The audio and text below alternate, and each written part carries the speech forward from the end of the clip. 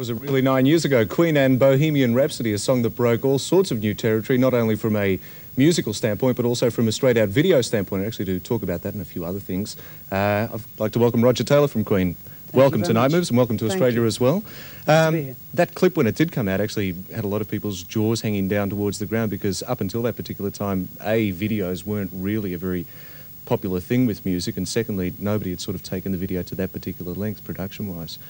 And a lot of money for those days was spent, certainly, on it. Well, for those days, but for these days, almost nothing. It actually cost us £4,000, I think, was the bill. It took 4 hours to shoot it, and nowadays it's anything between a full day and a week. And I think our last video cost about £105,000. Yeah, it certainly changes. And then, of course, there's things like Michael Jackson's clip, of course, which he's nuts. Takes it to the total level of absurdity almost, doesn't it, in terms of cost. Did the band have a lot to do with that particular side of its appearance, or was that something that it was a record company? No, not at all. I mean, the record company in those days, they always know nothing. But it was our idea to do it, although we didn't know what we were doing. Yeah. In fact, we were rehearsing. We just finished the Night at the Opera album, and we were rehearsing for a tour. And we only had 2 days because we'd gone so much overtime on the album, and so we couldn't appear on Top of the Pops, which is the big, vital show in England for a single. So we suddenly had an idea. Oh, well, why don't we film it? Let's make a video of it. This thing called video. It just sort of started. And so we booked the video thing, and they came into the rehearsals. We set up the lights from us using our stage lights, and we mapped it all out on the previous Saturday afternoon over hamburgers and coffee, and we shot it. It took 4 hours, and cost very little, really. Right. Although I suppose it was a lot in those days. Certainly, and also the amount of production that went into it in those days was a hell of a lot. And another thing, actually, that I was thinking about with the band.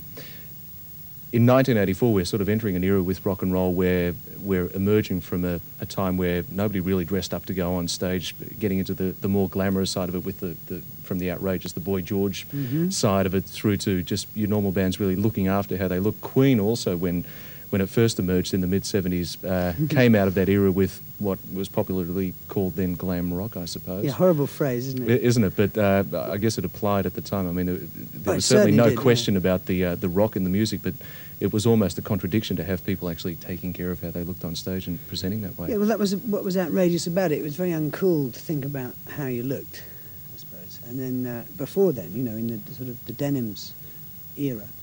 But yes, I suppose we were one of those bands. It's all come round again, hasn't it? Hasn't it? But were you the subject of a lot of criticism then? I mean, the English rock press in particular is notorious for sort of tearing apart anything that isn't quite to their liking. Well, yes, or if it's not this week's thing, because we're a nation of haircuts, you see, in England, and a nation of this week's dress or this week's fashion. And they're very, very fickle. And rock press have really. They're actually the last people that have much to do with the actual music, the actual things that happen. The actual things that happen really come from the people in the streets, and who make the bands, Right. Another thing, actually, which is probably quite pleasing to the band, the liner notes always had down the bottom no synthesizers, and having just come through a pretty heavy synthesizer period, it's a lot of bands are now forging the guitar frontier once again, and that's something that the Queen's never really compromised. Actually, I hadn't thought about it like that. That's another sort of cycle. Yeah. But in fact, synthesizers now have come on so much, I think, people are foolish to ignore them. But in those days, it was a monophonic instrument, a very, very rudimentary instrument. And they really, really weren't very good. Yeah. And you couldn't play chords on them or anything. They didn't sound very good.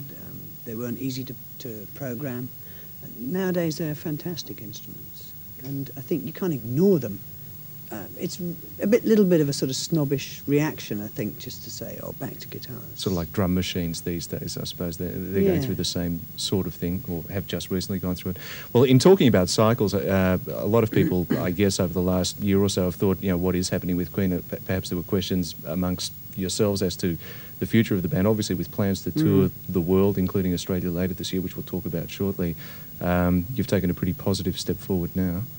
Hopefully, yes, after the Hot Space album, which really wasn't very well received, because on reflection it wasn't that great, we decided to take as much time off as we needed and to come back when we felt refreshed, when we wanted to come back, when we felt ready to make another album.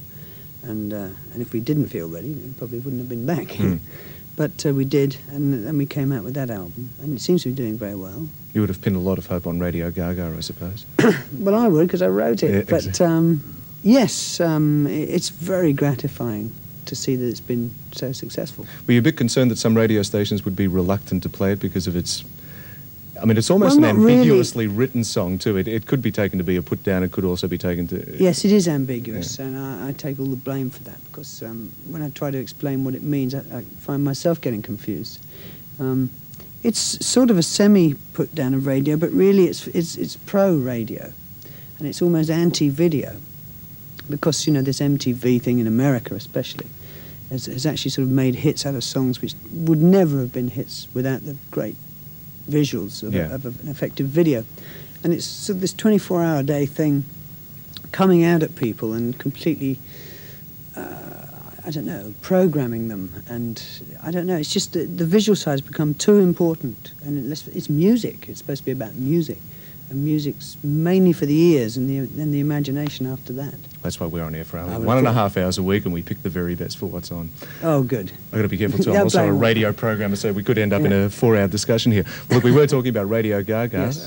We'll go into that in just a moment. As I mentioned before, you're planning to tour Australia, our summertime, right? About 9 months from now? Yeah, that's right. We hope to be here just after Christmas, just at the beginning of 1985, I would imagine. That should be about then.